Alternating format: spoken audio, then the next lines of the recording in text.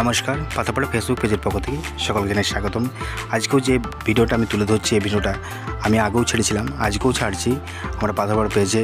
এই ভিডিওটা এতটাই বেহাল রাস্তার অবস্থা, এই তুলতে বাধ্য হচ্ছি, কারণ প্রতিদিন হাজারো ছেলে মেয়ে স্কুল স্টুডেন্ট যারা প্রতিদিন যাতায়াত করছেন এবং নিত্য নৈমিত্তিক বাঁকুড়া মেদিনীপুর যারা সচরাচর প্রত্যেক দিনে যাতায়াত করেন, তাদের এতটাই অসুবিধা হয়ে পড়ছে রাস্তাটা। তো এখানে বিপদের সম্মুখীন হচ্ছে বিভিন্ন যাত্রীরা।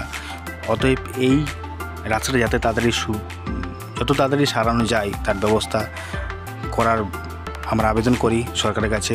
আপনারা দেখুন এই রাস্তাটা যাতে মেরামত করা যায়, এবং এই ভিডিওর মাধ্যমে তুলে ধরছি এটাই যে আপনারা যদি আপনার কাছে এই ভিডিওটা যায়, অবশ্যই আপনারা দেখবেন। আমাদের লোকাল ট্রাভেলের আমরা কোনো রকম নিউজের সম্পর্কে আমরা ভিডিও ছাড়িনি, তো আমরা এইখানে তুলে ধরছি একটাই কারণ যে ট্রাভেলের ক্ষেত্রে আমাদের অসুবিধার সম্মুখীন হচ্ছে। আমরা পাতাপাড়া পেজ থেকে আমরা এই ভিডিওটা ছাড়ছি।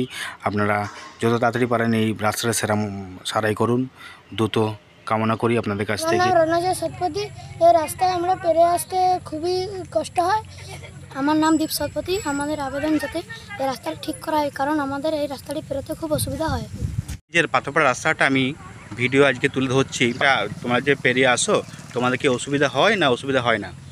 এই পাথরপাড়া রাস্তাটা সত্যিই খুব খারাপ। এই রাস্তাটা আমাদের প্রচণ্ড অসুবিধা হয়।